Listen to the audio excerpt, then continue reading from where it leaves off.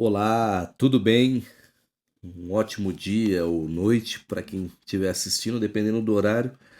Estou aqui novamente, Pastor Paulo Rafael, para a gente fazer mais uma meditação dessa temática que estamos trabalhando, Jesus restaurador da vida. E o tema de hoje é restauração que se transforma em fonte para os outros. Isso mesmo.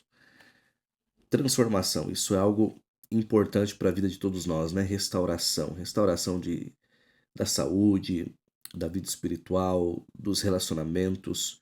E hoje nós vamos basear a nossa mensagem nesse texto curto, 2 versos apenas, que está no Evangelho de João, capítulo 4, versos 28 e 29, que diz assim: Então, deixando seu cântaro, a mulher voltou à cidade e disse ao povo: Venham ver um homem que me disse tudo o que eu tenho feito. Então, será que ele não é o Cristo? Bom, chegamos aqui ao capítulo 4, né, do Evangelho de João, e aqui nós temos mais uma incrível história, uma história fantástica, a história da mulher samaritana, né? Ela estava junto ao poço, conhecido como Poço de Jacó, e vamos desenvolver aqui a nossa temática de hoje. E eu quero começar dizendo sobre a rivalidade que havia entre os judeus e os samaritanos. Eles não se davam bem. Aliás, eles não se davam nada bem, né? Os judeus eles desprezavam os samaritanos, pois eles se achavam, né, se julgavam superiores a eles. Agora imagina a cena. Um judeu, Jesus, né, se achega ali junto ao poço em Samaria e uma mulher samaritana vem para apanhar água, vem para buscar água. Um possível encontro amistoso e cortês entre os ambos era algo impossível, um absurdo de acontecer, ainda mais naquela época, né, em que o contexto do contexto nacionalista judaico do momento era algo não era para dar certo, não era para dar nada certo. Eu quero compartilhar com vocês aqui na tela um texto, um maravilhoso texto do Desejar Todas as Nações, página 20, em que Ellen White ela diz o seguinte: Judeus e samaritanos eram obstinados inimigos, evitando tanto quanto possível todo o trato uns com os outros. Negociar com os samaritanos, em caso de necessidade, era, na verdade, reputado lícito pelos rabis. Qualquer, qualquer contato social com eles, porém, era condenado. Veja, negociar era lícito, mas contato social de forma alguma, né? Um judeu não tomava emprestado nem recebia obsequios de samaritano, nem mesmo um pedaço de pão ou um copo de água. Comprando comida, os discípulos estavam agindo em harmonia com o costume da nação. Além disso, não ia, entretanto, pedir um favor de um samaritano ou buscar, por qualquer maneira, beneficiá-lo, não entrava nas cogitações nem mesmo dos discípulos de Cristo. Então aqui nós temos aqui algumas informações, né? Bom, Samaria era a capital do Reino do Norte, que foi fundada por Onri, rei de Israel. Veja o que diz 1 Reis, capítulo 16, verso 24. Diz assim: Semer, ele comprou um monte de Samaria, né? Falando de Onri. Onri comprou de Semer um monte em Samaria por 68 quilos de prata e o fortificou. E a cidade que edificou sobre o monte chamou de Samaria, nome oriundo de Semer, né? Dono do monte. Agora, veja esses dois textos aqui, um de Jeremias e outro de Oséias. Olha que interessante.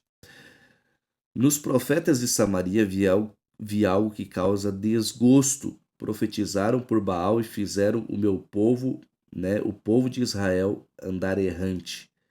E Oséias capítulo 7, versículo 1 diz: Quando, quando tento sarar Israel, se descobre a iniquidade de Efraim e a maldade de Samaria, porque praticam a falsidade. Ladrões invadem as casas e bandos assaltam nas ruas. Que viu como que estava a situação da nação? Como que era a situação de Samaria? Bom, em 722 a.C., quando Sargão I, isso está lá em Isaías capítulo 20, rei da Assíria, levou para cativeiro as 10 tribos do reino do norte. Você pode conferir isso em 2 Reis capítulo 17, verso 5, e também capítulo 6, versos 23 e 24. Ele enviou para a cidade de Samaria os povos oriundos de outras terras e nações.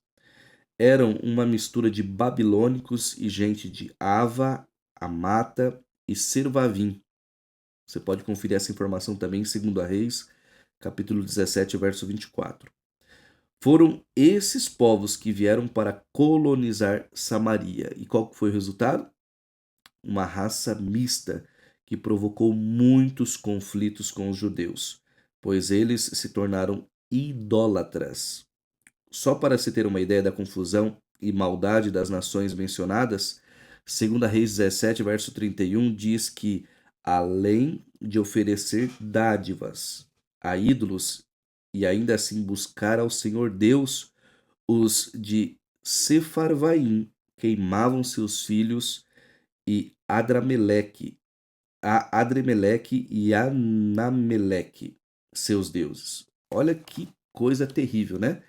O que eu acabei de falar aqui está em 2 Reis 17, 31. Então, eles serviam dádivas aos ídolos e buscavam a Deus ao mesmo tempo.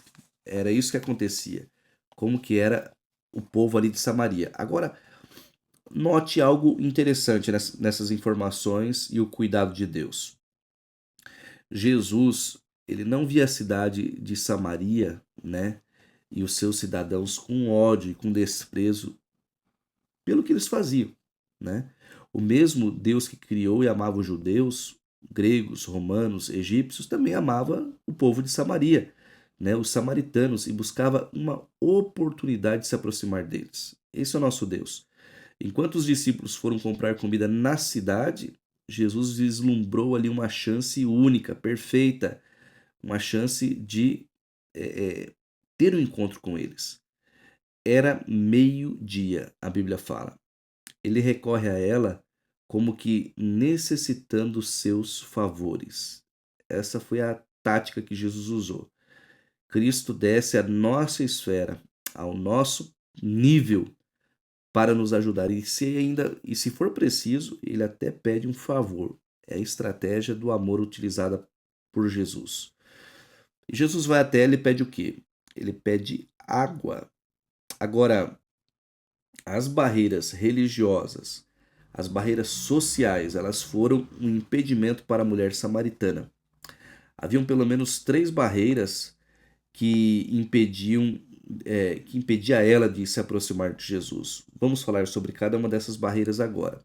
A primeira barreira é a barreira racial. Por que racial? Porque Jesus era judeu e ela samaritana. Quanta gente, mesmo hoje, sofre racismo, sofre discriminação em virtude de onde nasceu, em virtude da sua condição financeira, da cor da sua pele. Só para citar aí alguns exemplos, não é mesmo? Todos sofremos alguma barreira. Qual é o obstáculo que você enfrenta para encontrar Jesus? Existe alguma coisa que lhe impede, alguma barreira entre você e Cristo? Pense nisso. Pense nessa pergunta. Um outro detalhe, uma outra barreira que impedia essa mulher de ter um encontro com Jesus era a barreira material. Bom, você vê ali um balde e uma corda. Eu deixei essas imagens aí intencionais. Por quê? Porque Jesus não tinha os utensílios para buscar água, né? Para tirar água da fonte era necessário ter uma corda e um balde, no mínimo. Mas nesse caso, a barreira se tornou uma oportunidade. Jesus, ele dependia de utensílios que a pessoa a quem ele veio salvar tinha. Esse, depen... Esse depender, dependia, entre aspas, tá? Jesus não depende de nada, mas ali na sua humanidade, naquele contexto, ele dependia sim. E a mulher tinha a oferecer. E a terceira barreira é a barreira espacial. Por que espacial? O poço era fundo, mas Jesus, ele encurtou essas barreiras, né? Ele encurtou qualquer possibilidade de não ter esse encontro, qualquer objeção ele resolveu. Jesus as derrubou e disse para a mulher tirar a água, que é a graça salvadora de Deus. Para essa água, não precisamos nem de baldes e nem de cordas. Nós precisamos conhecer o dom de Deus, que é a graça que salva. Por isso, irmãos, eu gostaria que vocês notassem alguns detalhes importantes aqui na história, especialmente a vida do ponto de vista da mulher. Basicamente, aqui nós falamos do ponto de vista de Jesus, né? As estratégias, os métodos que ele utilizou. Mas se coloque no lugar daquela mulher nesse momento, da mulher samaritana. A primeira visão que ela teve foi uma visão materialista quando você lê o texto bíblico. Isso fica muito claro. As palavras de Jesus, elas despertaram interesse material naquela mulher. Por quê? Olha o que diz o versículo 15 do capítulo 4. A mulher lhe disse: Senhor, quero que me dê essa água para que eu não mais tenha sede nem precise vir aqui buscá-la. O propósito da mulher era não precisar ir mais ao poço de Jacó tirar água. Já imaginou se Jesus resolvesse isso na vida dela? O poço de Sicar é uma figura do mundo. Quer beber desse poço, você vai voltar a ter sede. Existem muitos crentes que voltam a beber em Sicar. Por isso, não tem uma vida consagrada a Deus. Já a mulher samaritana nunca mais voltou a beber a água do velho poço de Jacó. Daquele dia em diante, ela encontrou uma fonte melhor, Cristo, a fonte da vida.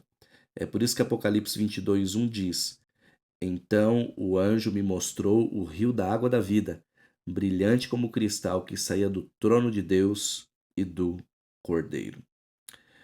Um outro detalhe, olhando do ponto de vista da mulher, é que ela teve a sua visão espiritual despertada.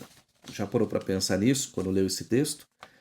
Ela desejava saber onde e como adorar a Deus. Não foi essa a pergunta que ela fez? Os samaritanos eles consideravam o Monte Gerizim sagrado. Nele estava o templo samaritano. Por isso a mulher argumentou com Jesus. Então Jesus ensinou-lhe que Deus não pode estar em um lugar que é determinado pelos homens. E mostrou-lhe que o Pai, ele deve ser adorado, e ele é adorado, e ele aceita a adoração que é feita em espírito e em verdade. O único canal que nós temos de comunicação para com Deus é a nossa fé. É o que basta. E é o que diz Hebreus 11, verso 1. O texto clássico, né, quando se fala de fé. Ora, a fé é a certeza de coisas que se esperam, a convicção de fatos que se não veem. Bom, já que nós estamos falando de fé e de adoradores, existem basicamente três tipos de adoradores. Existem aqueles que adoram o que não sabem, os que adoram o que sabem e os que adoram em espírito e em verdade.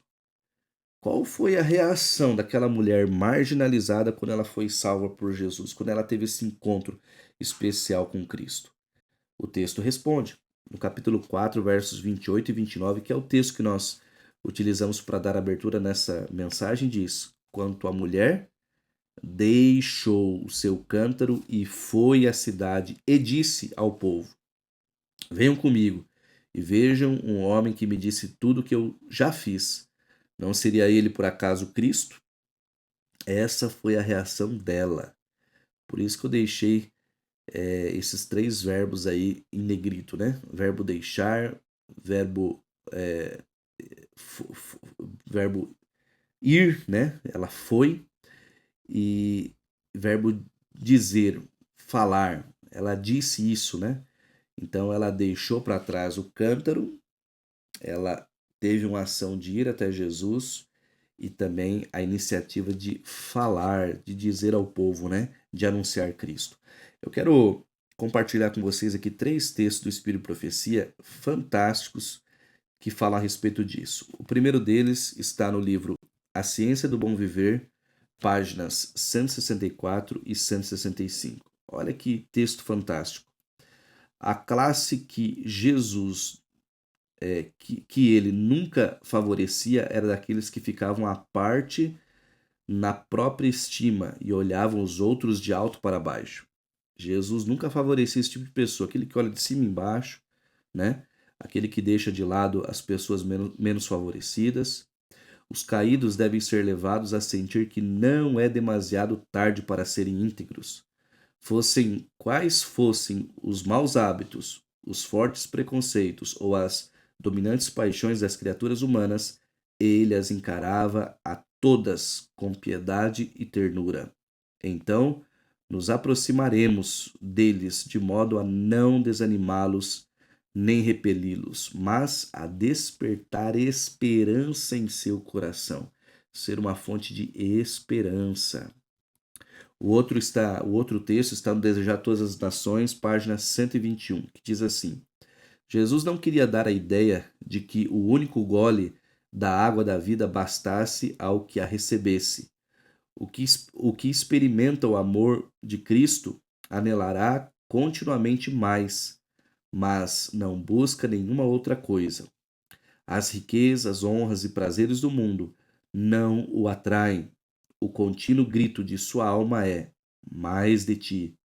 E aquele que revela à alma suas necessidades está à espera para lhe saciar a fome e a sede.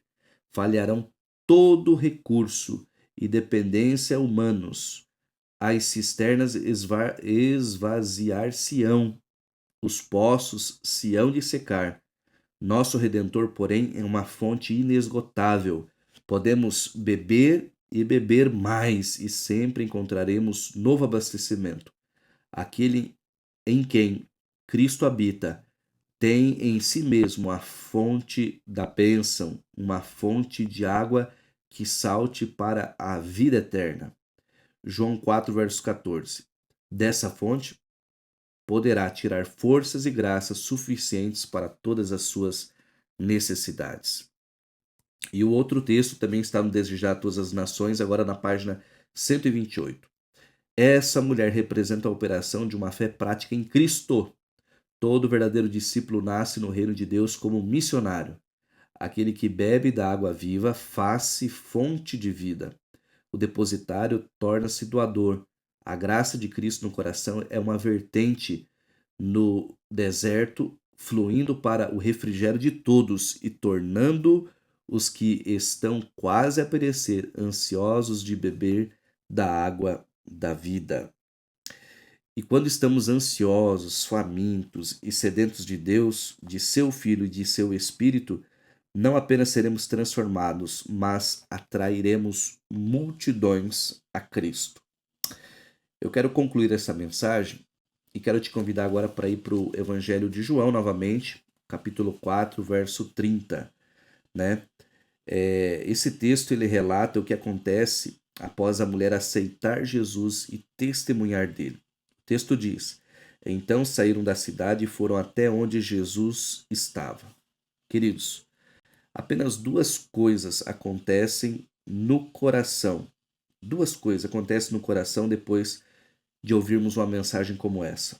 Primeiro, gratidão pela liberdade que temos de adorar a Deus e vontade de contar aos outros o que Jesus fez por nós, atraindo assim mais pessoas para serem restauradas por Ele. Fantástico, né?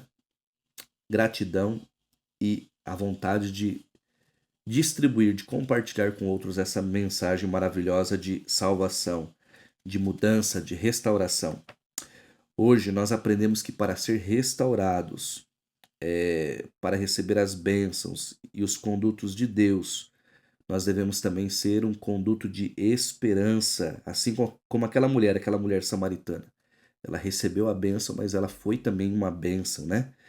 Você, eu faço um convite, deseja também essa restauração, não somente de sua vida, mas uma restauração missionária, para que sua vida também seja uma fonte a jorrar para a vida eterna? inundando assim outros corações com essa maravilhosa esperança que Deus tem a nos dar.